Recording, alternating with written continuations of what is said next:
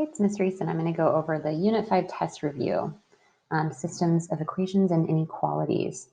So I'm going to be going back and forth between Edulastic. Some work I would write on a PDF, or as a student, I would write it on a piece of paper, and some work we're just going to do directly in Edulastic.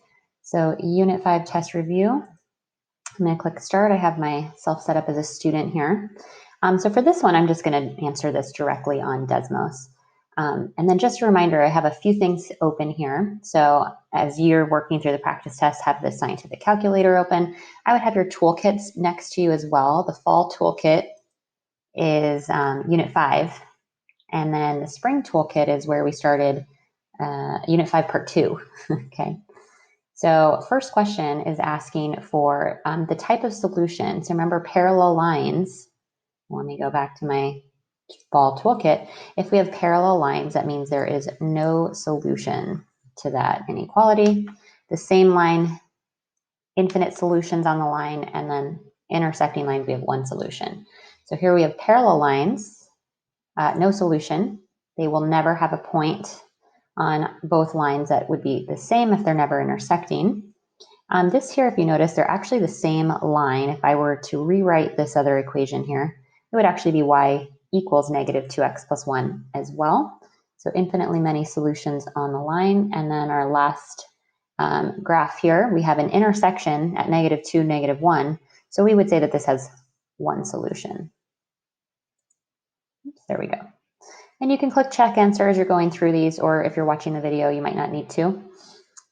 Okay, so we'll go to our next question. For this one, I am going to go ahead and just graph it using Desmos or using Edulastic so you can see how we're setting this up. So we have y is equal to negative 2x. So that is in slope-intercept form. That would be like y equals negative 2x plus 0. So the first point that you are plotting would be at 0, 0 for that first line. And our slope is negative. So that's down 2 to the right 1. And instead of going down 2 to the right 1, you could have also gone up 2 to the left 1 as well. So this is the first line. And then we are looking for the second line, which is 1/2 x plus 5. So that 5 means that we have an intercept at 0, 5. That's our y-intercept. And our slope is 1/2, and it's positive. So it's going to go in the opposite direction. And if our slope is 1/2, that means up 1 to the right 2. And instead of going up 1 to right 2, we could have also gone down 1 and to the left 2. So after you've graphed these two equations on the same coordinate grid, you're trying to then determine what the solution is. So I have a solution right here at negative 2, positive 4, and you're going to type that in. So negative 2, comma 4. Type that in as a coordinate point.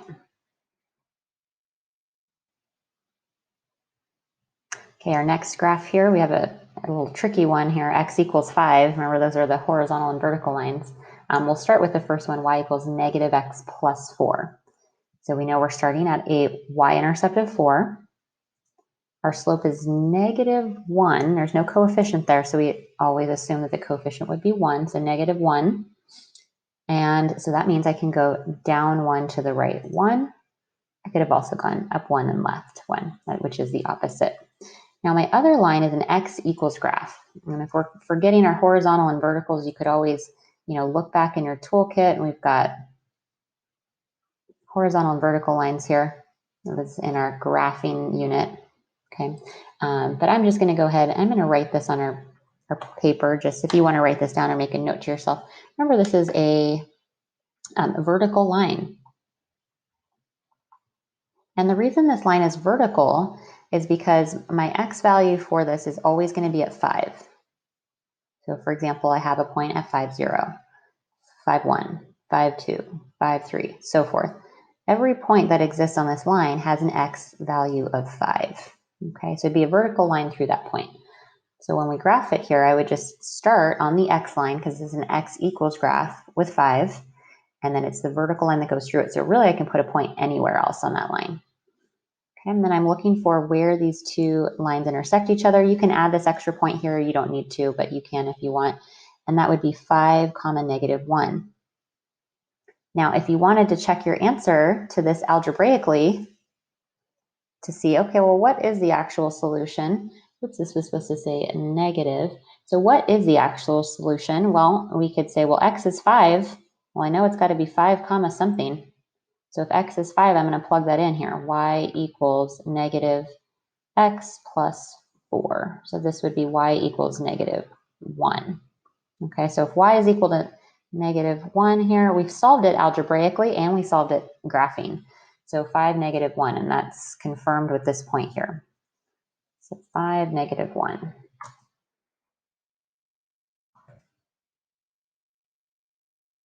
We have one more graphing question here. We have a negative slope and a positive slope, and then we have different intercepts here. So we have y equals negative 1 over 3x plus 4. So we're going to start at 0, 4 on the y-line. And it's a negative 1/3, so that means I can go down 1 to the right 3. Up and left also would work. And then we're starting at negative 4 on the y-line. 0, negative 4 is our y-intercept. So negative 4 is our b value. And our slope is 7/3. So if I'm going up 7 to the right 3, that would actually intersect at this point that I have here already. We've got a point at 3, 3. Now this one probably wouldn't be quite as easy to solve using an algebraic substitution method, which is why we are graphing it here. So we have a point at 3, 3. Oops. 3, 3. All right, now we have some problems. I am going to be showing the work for these because I would write these on a piece of paper. So let's start looking at 5 here. So we're going to solve this using the substitution method.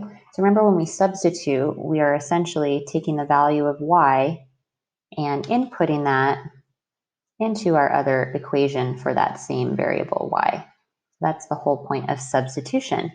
So my second equation, instead of y equals, I'm going to say 6x minus 12 is equal to 2x minus 8. Now I have an equation with just one variable, so I can go ahead and solve for that variable. I'm going to subtract a 2x on both sides. So 6x minus 2x is 4x, minus 12 is equal to negative 8. And now we want to isolate the x's on the left side, so we can add 12 to both sides. And that would give us 4x and 0, so just 4x equals negative 8 plus 12, or 12 minus 8 would be 4. Divide by 4 on both sides here to isolate x, and we would get x equals 1. Okay, so we're looking for a coordinate point, a solution. So first part to that would be 1, that we know what x is. And now we can plug it into either one of these equations, and I'll show you that we're going to get the same thing. So we can get y equals 6 times x minus 12, which that would be 1. So y is 6 minus 12, which is negative 6. And let's just confirm. Let's see what happens if we plug it into the other equation. Just good way to double check your answer, double check your work. So y equals 2 times x minus 8. That's our other equation, which is 2 minus 8. And guess what? That is also negative 6. So now I was able to check my work. Okay. So I would just type that into Edulastic, and you're going to be showing work for these problems as well. So this will be 1, negative 6. We'll type that in here. 1, comma, negative 6. And then for question 6, I'm actually going to have you try this one on your own. You can check your solution once you get an XY coordinate point. You can check it on Edulastic to see if it's correct, but you're going to set this up in the same way. So you're going to put the value for y into y in the other equation. So this will give you a chance to know, okay, do I know how to set these types of problems up? Okay. So now we'll go to 7. We have another substitution question. Now what's different between the two problems that we were looking at and this next one is that only one of our variables is isolated. So we're still taking this value of y and we're inputting it into this equation, but we're inputting it here instead in our parentheses. So we've got negative 4x plus 5 times y. And instead of y, we are substituting and replacing that with 2x plus 5, and then we are setting it equal to 1. Okay, now we can still solve our equation like we normally would. We can distribute 5 to 2x, distribute 5 to 5 for multiplying. So this negative 4x, nothing has happened to that yet. 5 times 2x is 10x. 5 times the 5, that's going to be 25. And before I start adding and subtracting things from different sides, I like to combine like terms. So I'm going to take these two x terms and I'm going to add them together. So that's negative 4 and 10 combined together to become 6. And then there we go. Now we can subtract a 25 on both sides. That's going to give us 6x and then 0. So just 6x equals negative 24. And then we can divide by 6 on both sides to get x equals negative 4. Okay, so now that we know the value for x, I'm going to write this in coordinate format. X is negative 4. We can substitute that and go ahead and solve for y. Oops. There we go. So our y, and you can plug it into either one of these equations, but the top equation would be easiest to plug it into because it already says y equals, and I'm solving for y. So I'm going to get y equals 2 times x plus 5. And we know that our x value is 4. So that would be y equals negative 8, because we're going to multiply these two values plus 5. And then we're going to get y equals negative 3 when we add those two together. And if you want, you can check in the other equation if you get negative 3 as well, and you will. That'd be a good way, especially on the test, if you have some time to go back and check some answers. It's a great strategy. So we'll put that in negative 4, negative 3. We'll put that in for number 7. So number 6 you did on your own. Number 7 we just did. I'm going to skip that one for now. And we got negative 4, negative 3. And you can skip answers as you're doing the practice test and as you're doing the test, or you can pause the video and try it on your own, make sure before moving on. All right, so number 8, we've got another substitution question. So this one, we have our y that's isolated. So we want to use substitution, and we want our first step of that is making sure one of our variables is isolated. Well, this is already isolated. It says y. It's just the equation that's on the bottom. This is going to be another try it on your own. So the value of y, which is negative 6x plus 24, is going to be substituted into the value of y in our other equation here. And then you're going to get an xy coordinate for this one. So I'm going to say this one is a try it on your own problem. Plug it into Edge Elastic, see if you got the correct solution for that. Okay.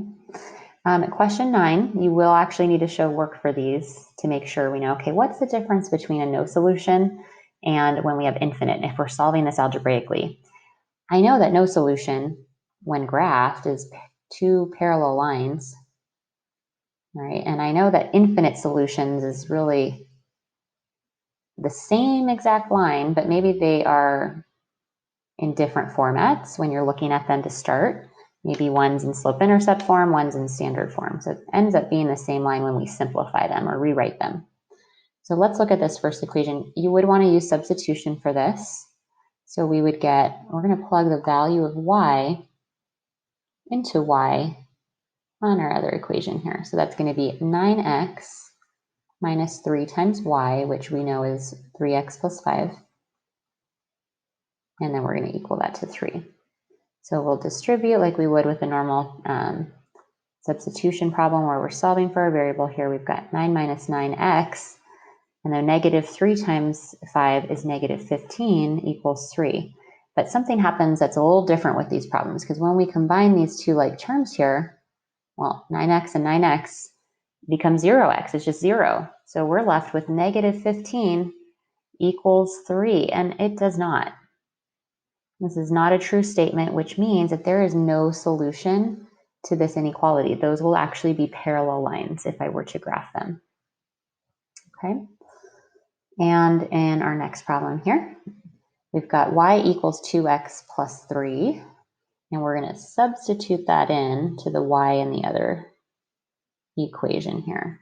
Okay, so that's going to be 2 times y, which we now said is 2x plus 3. And we are going to equal that to 4x plus 6. Okay, so now what we're noticing here, as we distribute, oh, well, 2 times 2, okay, that's 4x. 2 times 3, that's 6. Oh, I'm getting the same exact thing on both sides.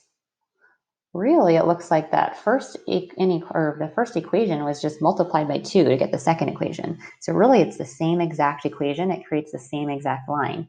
And if I were to actually continue this problem and solve, my next step would be subtracting 4x on both sides. And then I'd say, well, wait, I have no more x's.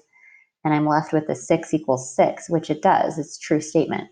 This is what we call infinite solutions. So then back on Desmos, or Edge Elastic for question 9. 8, you were trying on your own. Question 9, you would just pick no solution and infinite solutions. But make sure you have the work on your paper to back that question up. And then question 10 is where we start some elimination. That's the next method, elimination method. So elimination method, remember, we line up the variables. So we have our variables lined up here, x's, our y's, and our constant terms. And what we want to do is we want to add the equations together to eliminate a variable. So we need to make sure our x's are the same number, but exact opposites. That's what we call exact opposites. We want to make exact opposites. Now in this first question, we already have exact opposites. This 7x and negative 7x, when added together, become 0. So that is a classic elimination problem where there's no steps needed to be taken, or we don't need to do anything to rearrange or change these equations as is. So when we add these two together, we'll get negative 5y and 4y. That's negative 1y or just negative y. We'll add together a 9 and negative 6. 9 minus 6, that is 3. And then from here, we could just divide by negative 1 because we need a positive y.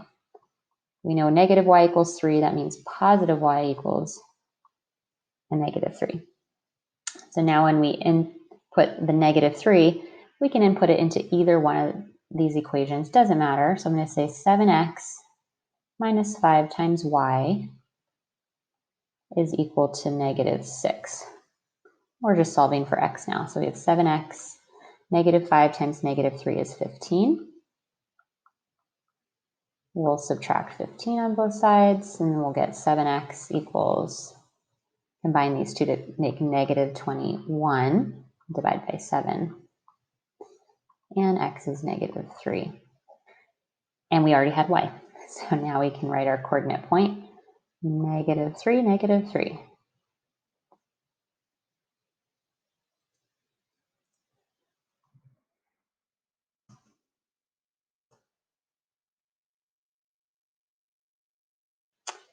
The next one here, this is going to be a try it on your own type of question.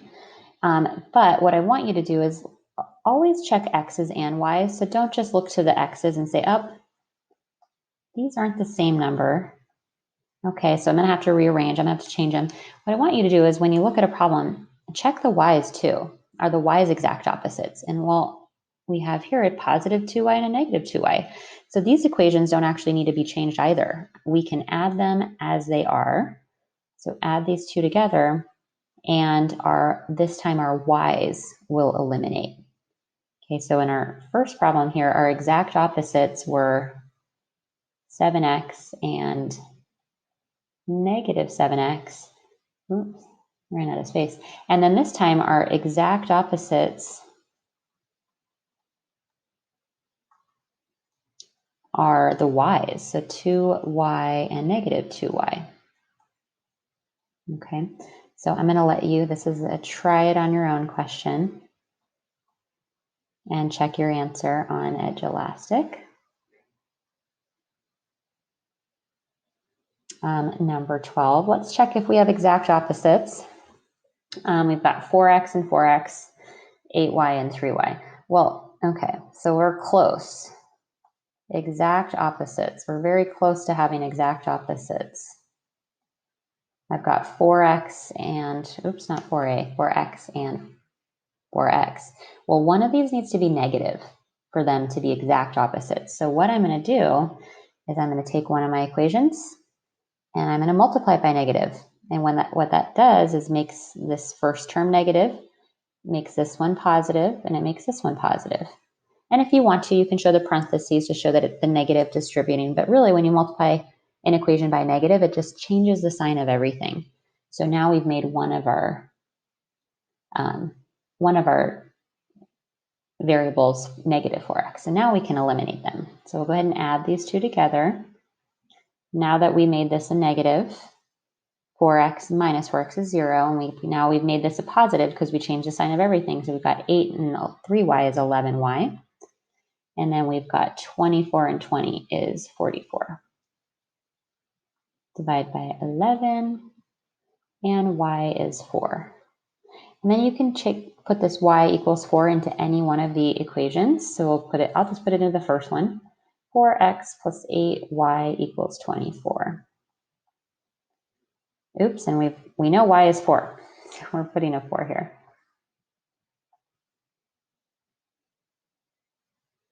So that gives us 4x plus 32 equals 24. And then we'll subtract 32 on both sides.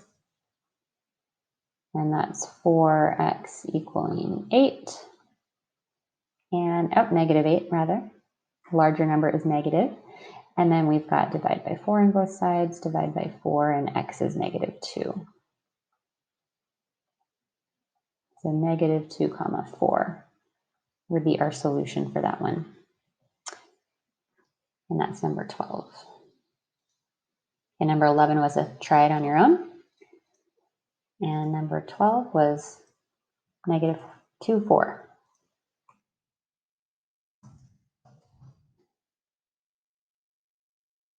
And number 13 is going to be a try it on your own as well.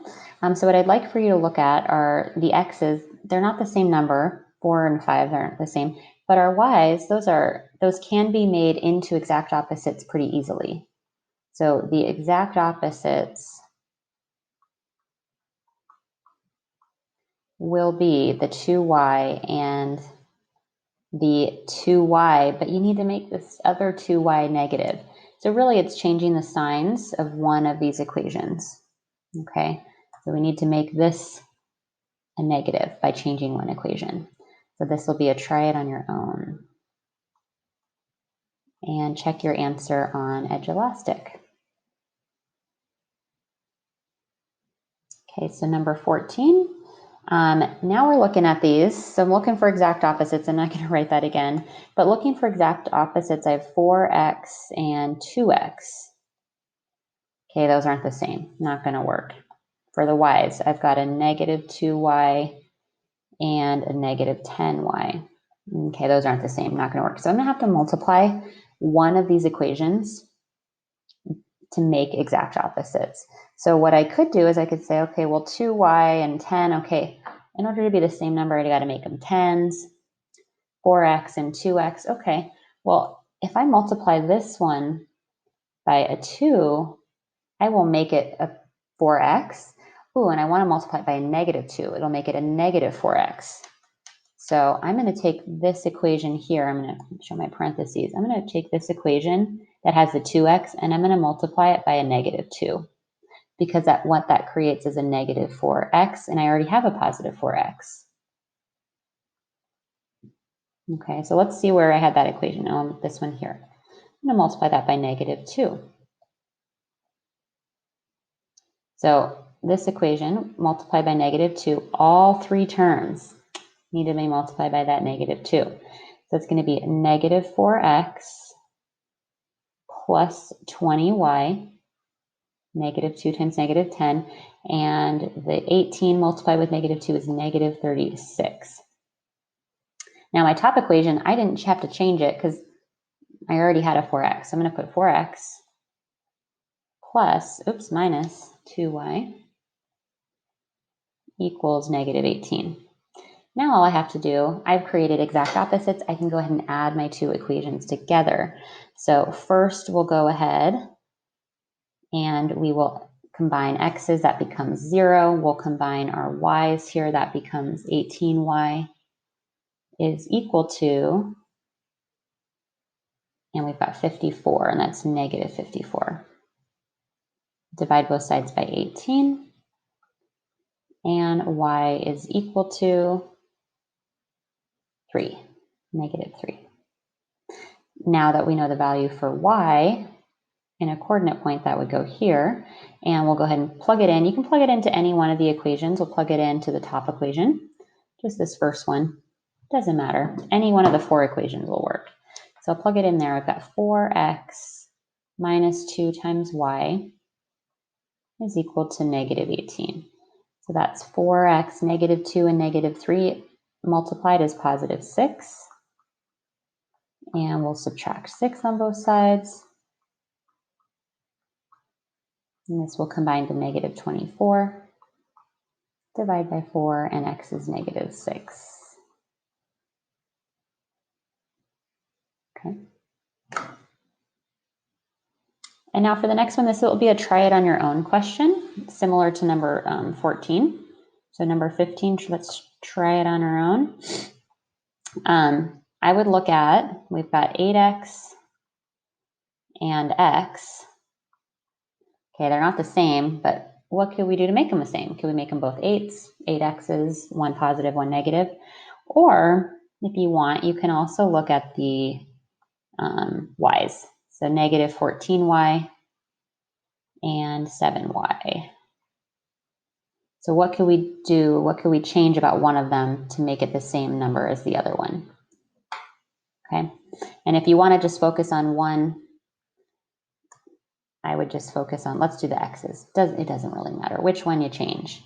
So if you want to make the x's the same, think about to yourself, what do I need to multiply this by to make an exact opposite with 8x? And then you can multiply this equation here by that number. And you'll rewrite it. Oops, put the number there, you'll rewrite it. And then just write that equation over it. So this one's a semi try on your own. I got you started. Okay, so for question 14, we had negative 6, negative 3. That was a try it on your own.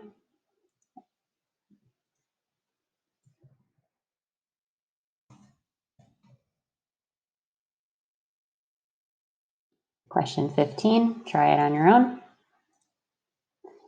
And then let's do 16. So on 16, and we've got 2. This is where you're actually going to have to multiply both equations by a number. Okay, and I'll show you my kind of default method that always works. So we've got 5x and 6x. I'm just going to focus on the x's. It doesn't matter. You can pick the y's if you want, but let's focus on making those the same. Well, unfortunately, I can't multiply 5 with anything that makes 6. And I can't multiply 6 with anything to make it 5 in terms of whole numbers, okay? So then I say, well, the easiest number to make them is multiply them by themselves, and what do I get? Well, if I multiply them by themselves, I get 30. So I'm essentially trying to make both of the x's 30. Okay, so this method will always work. In order to make this a 30, I got to multiply by a 6. Let's not worry about negative yet. In order to make this a 30, I got to multiply it by 5.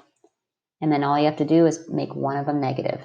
So I like to say my shortcut that works all the time, doesn't always make the smallest numbers when we're working with the equation, is basically take the coefficient of x on the top, multiply it to the bottom equation, take the coefficient of x on the bottom, multiply it to the top here, and then just pick one of them to be negative. Doesn't matter which one. Make this bottom one negative.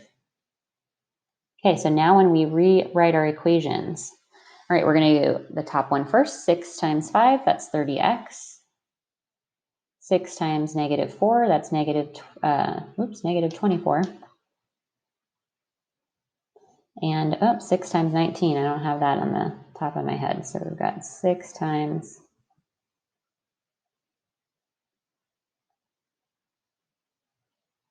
going to be 114. And then our bottom equation, so remember, show these distribution. You're multiplying that 6 to all of those. We're going to multiply 5 here. That's in the negative 30x. Oh, good. We just made exact opposites. Negative 5 times negative 3. That's positive 15y. Negative 5 times 30. That's negative 150. And if we add these equations now, the x's will eliminate. And then we've got 24. We're going to subtract 15 from that, and that's going to be 9y. And it'll be a negative 9y because the larger number is negative. And then 150, we're subtracting 114. And that is a negative 36. Divide by negative 9 on both sides. And y is 4. Then you can plug that in to either equation to get your x value here. So I'll plug it into the first equation here, 5x minus 4 times y equals 19. That is 5x minus 16 equals 19. Add 16 to both sides.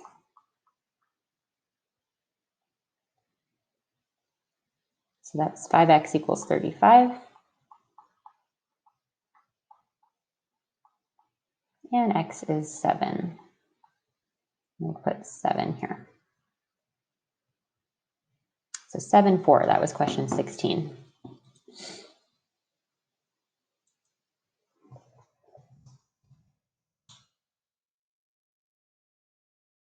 And now we're on to 17. This will be a try it on your own question. And up to you, pick the x's, pick the y's. If you want to pick the method, so that always works. You can flip-flop these numbers around. So maybe multiply this by a 9, multiply this by 11, and then you already got one is positive and one is negative. So you're going to make it 99x and a negative 99x. And then just remember to make sure that you're multiplying 9 to all three terms, multiplying 11 to all three terms, rewrite both equations, and then go ahead and add them to eliminate. And you can check your answer for that on Edgelastic. Number 18, it's another one that's no solution or infinite, and just seeing, okay, when we're using elimination, how can we verify that? So with the x's here, if I multiply this top equation, I'm going to multiply it by a negative 2, because I want to make a 6x and a negative 6x. So let's see what happens when we do that. That's a negative 6x plus 18y is equal to 15. Well, that bottom equation, that's 6x minus 18y equals 30. So if I were to add these two together, x's eliminate, y's completely eliminate, I actually end up with 0 equals 45. It does not. 0 does not equal 45. So these two lines are what we call parallel to each other. They will never intersect if we were to graph them. There's no solution to them. We have a false statement that comes out here. Now in our other equation, well, we can't eliminate them as they are. So if we want to use our flip-flop method, you can multiply by 4 here, multiply by 6. You could also multiply them by other numbers and make them 12. That's a little shortcut. But I'm going with a strategy that always works here. Let's multiply these out, and let's see what happens. Multiply this out here. All right, so our top equation, we've got 24x plus 48y is equal to negative 32. And our bottom equation is going to be a negative 24x. And then we've got a negative 48y. And then we've got a negative 20, or positive 24 rather.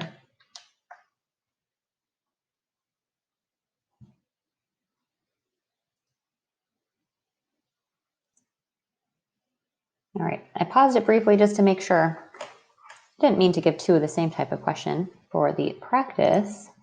But what we end up with here is 0 equals, if we add these two together, it'd be negative 8. So again, that's no solution. It's a false statement, okay? If we graph these lines would be parallel, never intersecting each other. Now, what it would look like if it was infinite solutions. So if you had a problem and the answer was infinite solutions, you would essentially, because we're eliminating a variable, you would have essentially ended up with 0 on one side and 0 on the other side. So you would have ended up with a statement 0 equals 0, essentially. So look out for that. You're looking for true statements, 0 equals 0. But for the purposes of this problem, they were both no solution. And on the test, we're going to give you a variety of problems, and we might actually make them the same. We don't know. So we'll put no solution for both of those on 18. Skip. And whoops. Click and click. Okay, so now we've got some word problems using systems of equations. So an indoor climbing gym is a popular field trip destination in non-COVID times, of course. So this year or next year, maybe, the senior class at Aragon and Burlingame both planned trips there. And the senior class at Aragon had 7 vans and 7 buses. I'm going to highlight that. 7 vans and 7 buses with a total of 224. And the other school had 5 vans and 4 buses with a total of 135. Now you can use any variable you want. I'm just going to use X. So let's do X equals vans and Y is equal to buses. And you could, if you want, you could do V and B as well. Okay, so we have 7. So we want to write an equation kind of for each school's situation. We would create this as a standard form problem. So we have 7 vans, so 7x plus 7 buses, 7y, is equal to 224. Now our other equation is 5 vans, so 5x plus 4y is equal to 135. So making sure we have our equation set up properly. And then again, we need to make exact opposites for this type of equation. So I would multiply. We're not going to be able to make these both 7s or 5s. We're not going to be able to make these both 7s or 4s. So I'm just going to use my strategy that always works, 5 and 7. If we multiply them, we get 35. And let's make one of them negative. So we're distributing to all 3 terms here, distributing. And we'll go ahead and rewrite our equation. So 5 times 7, that's going to be 35x. 5 times 7 again is going to be 35y. And then let me get my calculator. 5 times 224. You can use the scientific as well. So 5 times 224 is 1,120. Oops, 1,120. And then we've got negative 35x. And at negative 28. And negative 7 times 135. That's going to be negative 945.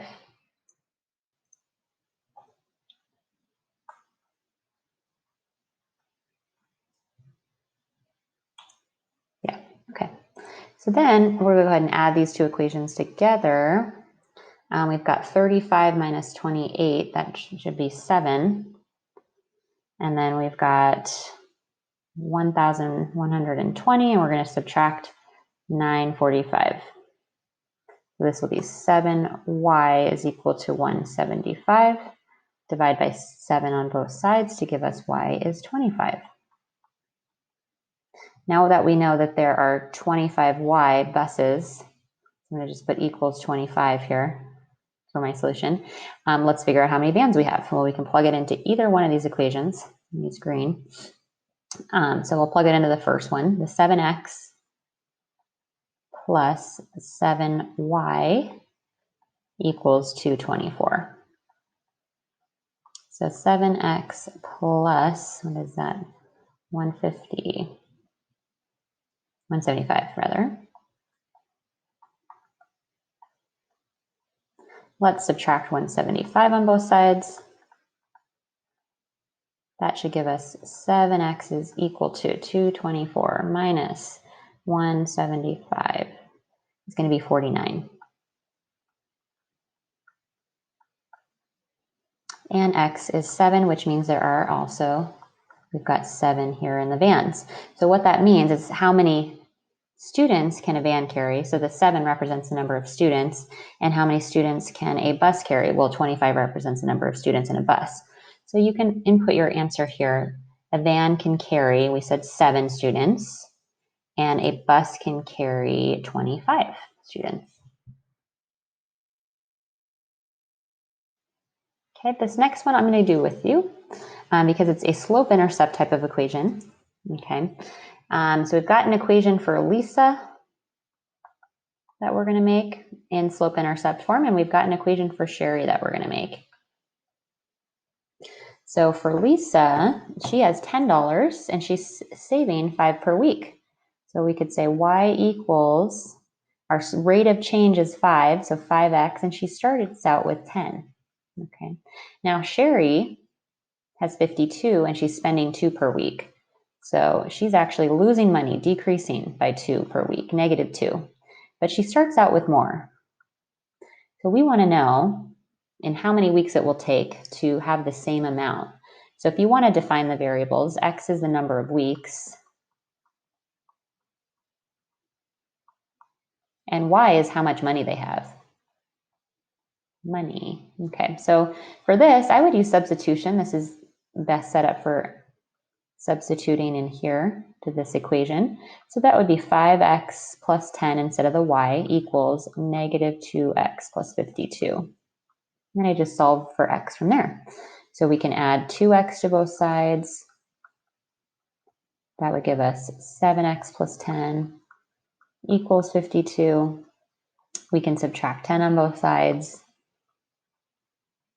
7x equals 42. Divide by 7, and x is 6. So we say, okay, well, 6, that means the number of weeks. And what we want to know is after that 6th week, how much will they have? Okay, so we can plug it into either one of those to figure that out. So y is equal to 5 times x plus 10, which would be 30 plus 10, which is 40. Now this one's pretty simple. Like you could have actually counted out the weeks. So like, for example, Lisa started with 10, and then you could have kept going and said, okay, well, next week she's going to have 5 more. So 15, 10, 15, 20, 30, 35. You could have kept counting each of them until they got to the same number. That would work too. So $40. So y is 40. That's our solution for that. So let's put that into Edulastic. We have in blank weeks, so in 6 weeks, Sherry and Lisa will both have 40 in their bank account. The next one is matching. So I'm just going to go ahead and put this on Edulastic. This would be a good place to look in your spring toolkit where we had shading above and shading below. When do we have a solid line versus how do we shade? Solid dash versus shading. So reminder, this is a greater than or equal to symbol. When it's or equal to, it is a solid line. Greater than means it's above. So this would be a solid above. Here we've got, this is a greater than symbol, no line underneath it. So it is dashed. It's greater than, so it's also above. So dashed above. That would go here. This is a less than or equal to. The or equal to makes it solid. Less than makes it below, solid below. And then our last one here, this is going to be a dashed line with the shading below. Remember, this method really only works when we have our equations or inequalities rather in slope-intercept form to start with. That's 21. Here we've got 22. Now 22, we have a graph here for you. And now you're just selecting, okay, well, which points exist in the shaded region, which points are part of the solution. So I'm actually going to show you this on my paper here, just so I can mark up the points. So we've got -3, -1, that would be here. That's A. That is not part of the solution. 1, 0, oh no. That is on the shaded line. Dashed line. If it's on a dashed line, it is not included in the solution. No, it doesn't count. 4, 3. So here's 4, 3. Oh, that's in the shaded region. So yes, that works. For E, 0, 0, that is outside of the shaded region. Doesn't work. And then 2, 0, that's in the shaded region. So that does work, yes. We've got two answers that work, C and E. And then that was having you test this with a graph. Part B is having you test it algebraically, different equation, but having you test it algebraically. So we've got our X, Y coordinate here. I always like to test 0, 0. That makes it easy because I'm going to put a 0 in for Y. I'm going to put a 0 in for X, and I'm going to say, okay, is 0 greater than or equal to 0 plus 1? 1. 0 greater than 1. It's not. No. So the shading wouldn't be located there if I were to graph it. It's just another way to kind of test your answer. So 0 is not greater than or equal to 1. That is not a solution. Okay, let's try another X, Y coordinate. Y goes in for 10. Or 10 goes in for Y rather, 10. We want to know if that's greater than or equal to 3 times X plus 1. Well, this is 10 greater than or equal to 10. That works. It's greater than or it's equal, so it's actually equal. So that works. If there was no line underneath it, then it wouldn't. For question C, this is our X, this is our Y. Let's plug it into this inequality, negative 13. We want to know if that's greater than or equal to 5 or 3 times negative 5 plus 1. So negative 13, is that greater than or equal to negative 15 plus 1? Ooh, close. On a number line, which number is larger? Well, negative 13 is closer to 0, so that is actually larger. This is a true statement. That would be in a shaded region if I was graphing that. And then our last coordinate, x, y, negative 1. Is that greater than or equal to 3 times the x value plus 1? Oh, well, this is going to be negative. And then this is going to be 18 plus 1. 18 plus 1 is 19. So a negative number not going to be bigger than 19. So this is a no. So let's go ahead and for the first part to this, we said C and E, and then B and C. C, E, B, C.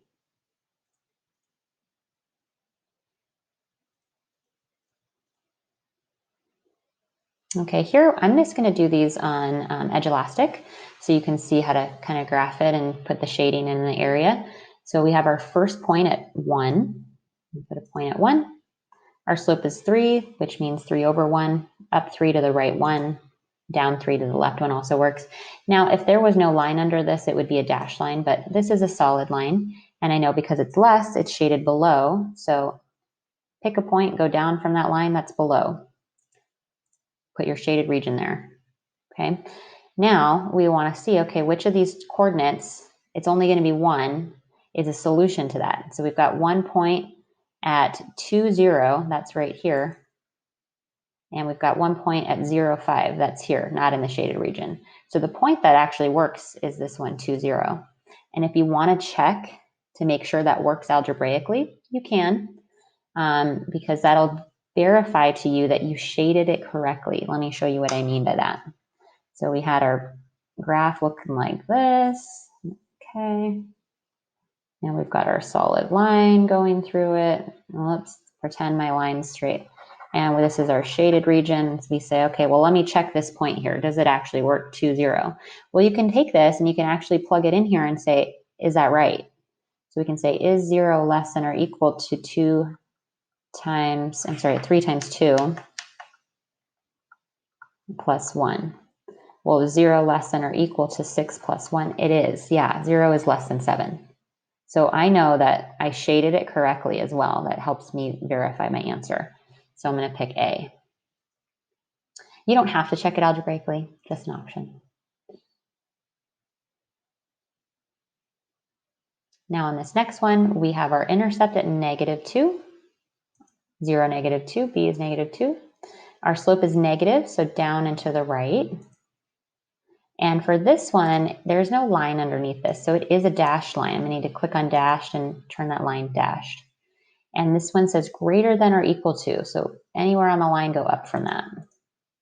Greater than.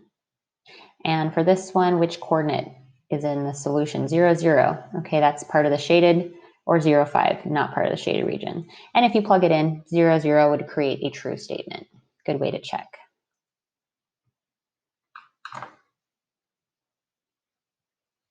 Okay, now we're writing our inequalities for these. So here, if we think about every point that exists on this line, this is a y line. Y is 4.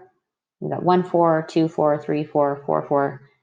All of the points on that line are y. So y, let's just write equals 4 for now. And then we say, okay, well, this is an inequality. The line part of it is y equals 4, but this is an inequality, and it looks like it's solid, and it looks like the shading for it is below the line. So it is a less than or equal to. I'm going to click here. You can also type it in by using the keyboard and do the less than symbol and type an equal sign. That is a y line. Y is a vertical. I'm sorry, y equals our horizontal, rather. And then our x equals graphs, those are the vertical lines. So this is x. And I know it would be x equals -5 if it was just a regular line, but there's shading to it. It's an inequality. So I need to change this. It looks like it's going to the right instead of up and down. But if you were thinking about this on a graph, and let me just kind of show you on a number line, if you were graphing something on a number line, and we did this last semester, let's pretend I have a -5, -4, that's -6 on a number line. Well, I would have an open circle for that, and it would be going to the right. This is x is greater than -5. Well, it's the same thing, but here it's on a coordinate grid. X is greater than -5.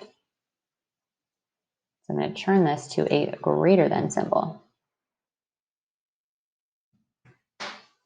Okay, on 26, we're going to rewrite this inequality in slope-intercept form, then we're going to graph it. So I'm going to show that on here.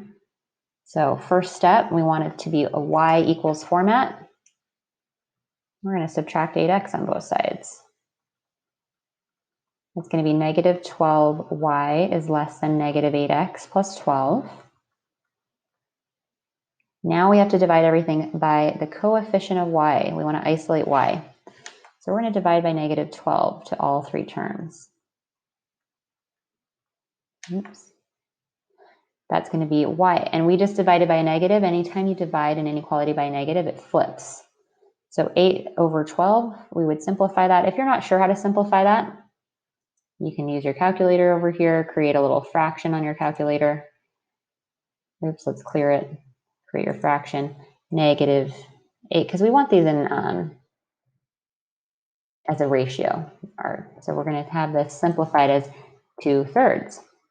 -8 over -12, 2/3.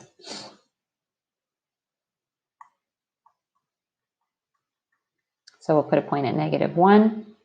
Our slope is up 2 to the right 3. 2 to the right 3. This is a dashed line, and because we flipped the inequality, the shading for that is above, greater than. So that's why I did specify earlier, well, when we're graphing these, we need to make sure before we just say, oh, this means less. Okay, shade, I know where to shade. You need to rewrite it in slope-intercept form first. So on edge elastic, we have y is greater than 2/3 x minus 1. We'll type our inequality here first. Y is greater than 2 divided by 3 x plus 1. Did I get that right? Minus 1. Now that I rewrote it, I can go ahead and graph it. Up 2 to the right 3. It is a dashed line, and we said greater, so the shading is above the line.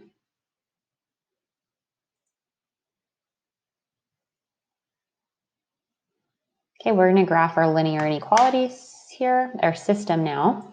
So our first one, we'll start at -2, 0, -2, and our slope is -1/2, so down 1 to the right 2. That is a solid line. I'm not going to do the shading for it quite yet. Let's start with the next line. Start at +3. Our slope is 2, and it is dashed. Okay. Now I'm going to show you here my kind of strategy or method for how I would shade. And then I'll show you kind of on so we've got a point here. Boom. And I'm not going to make very accurate lines here. But at least I know, okay, which section am I shading in? All right, so for this first line, our shading, is above the line. So this would be shaded all here. Oops, my highlighter's not working. So the shading for that line would be there. And let me actually specify, I'll do this as a green line. Oops. Now on my other line, the shading for that is below the line. So it would be here. So you're noticing this is the region where there's overlap, and I'm going to highlight it extra. This is the overlapping region. So when I put this on edge elastic, my area should be located here. And then you can pick a coordinate that is a solution to both. And so which coordinate? There's only one for this one. It should be 0, 0. You can check the other ones too, just to be -2, +2. That was a solution to one of the lines, not the other. -2, 3 is up here, solution to 1. We're down here, that would have been a solution to one of them. And then -4, 4 was a solution to none of them. Okay, we can submit that. All right, we're going to start. Our first line is at -4x. That's like -4x plus 0. We'll go down 4 to the right one. That's our first line, and it is dashed. And the area for that would be greater, so it's here. I'll show you if we do this first. Let's try the other line now. So we start at -2, and then we go down 3 to the right 5. 1, 2, 3. 1, 2, 3, 4, 5. There we go. Now I say, okay, well, is that shaded in the right spot? Because for this line that I just graphed, it should be greater than, and it is. Now, if it wasn't the right spot, I could have taken that circle and moved it over, and it would change the shading to a new location, but I want to leave it here. Okay, so I'm imagining that for the dashed line, the shading was above, and for the solid line, the shading was also above. So this would be the overlapping region, and solution to both of them. Well, this one actually has two solutions, so it should have said which coordinates. So -5, -5 is actually this point E. It is on the line, so that works. 5, 5 also is in the shaded region, so that works. However, 5, -5. Oh, I'm sorry, this one is the one that does not work. Unselect that. -5, -5 is over here. I was looking at 5, -5. That works. And then -5, +5 is in none of the shaded regions, or it would just be for one of the shaded answers.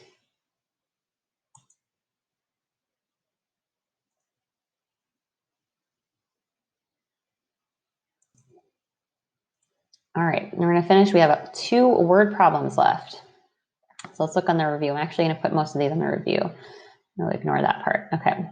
So you must complete at least 10 biology and algebra problems before you can play video games.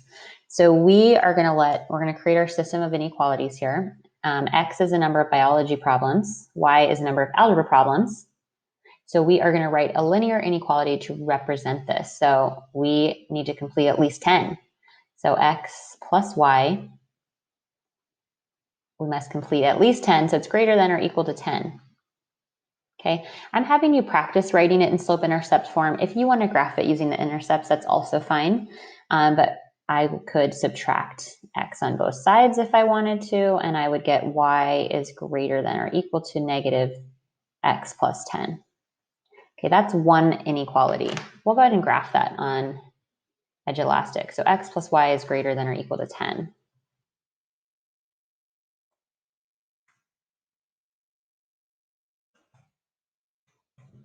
And when we rewrote it in slope-intercept form, it became Y is greater than or equal to -X plus 10.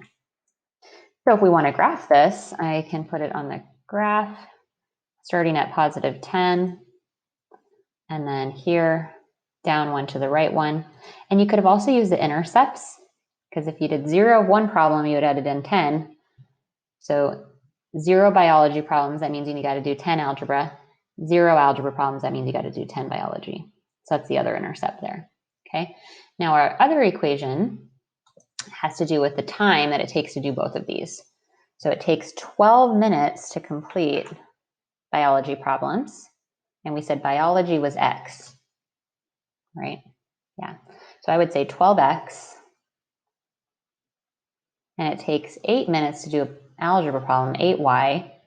And you have 2 hours to complete this. So I'm going to say less than or equal to 2. We're not going to say 2 though, because we want these problems to be in the same units of measure. So I'm going to say 120 in minutes. Okay. So you technically can find the intercept. So if, like, for example, I put a 0 here, how many algebra problems would I have to do? Or if I put a 0 here, how many biology problems would I have to do? Or you can put it in slope-intercept form, either one. So this would give us 8y is less than or equal to negative 12x plus 120. We could divide by 8, and that would be y is less than or equal to negative, common factor there for both 12 and 8 would be 4, so that would be negative 3 over 2x. And 120 divided by 8, what is that? It'd be 15, plus 15.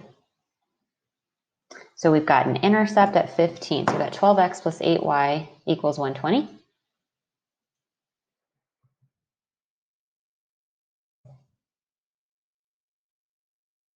Less than or equal to 120.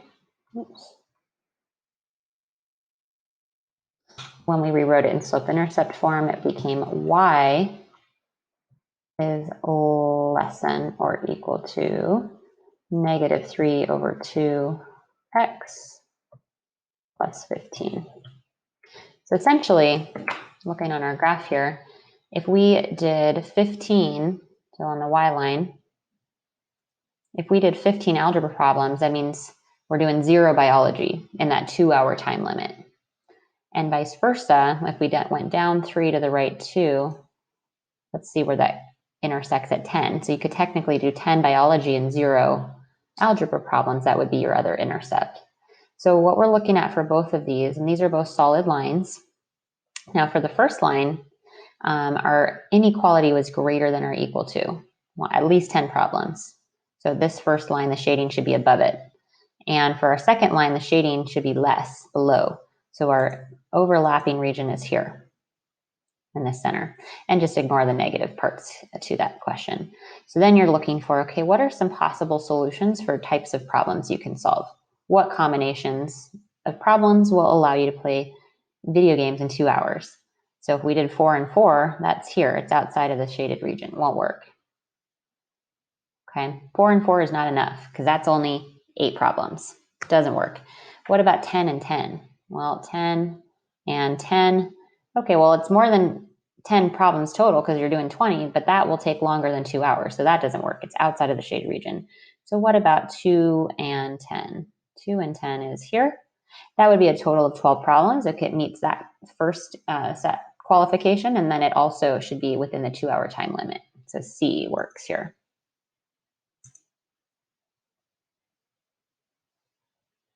Okay, and our last problem. So we've got Carly is a college student who tutors math students and babysits to earn extra money. She can spend up to 12 hours a week on both jobs. So if X is hours tutoring math and Y is babysitting, I would say X plus Y. We want it no more than 12, up to 12, so less than or equal to 12 hours. Now, if I were to rewrite this, I could just subtract an X on both sides. That would be Y is less than or equal to negative X plus 12. Because you almost imagine this if I were graphing it now. Okay, start at 12 and down one to the right one. Well, it crosses at 0, 12, and 12, 0. Because you could technically do, if you have 12 hours to give to working, you could do 12 of one job and nothing, and 12 of the other job and nothing. That would be 2 combinations that would work. Now for our other inequality, she makes $20 tutoring math, but only 16 babysitting. So I would say 20x plus 16y, and she wants to make more than 80, so greater than or equal to 80, okay? So I'm going to let you try. This is going to be a try it on your own. You are now going to try rewriting this equation in slope-intercept form. You're going to try graphing it on here, and then picking the combination of hours that will allow Carly to make $80 in 12 hours or less.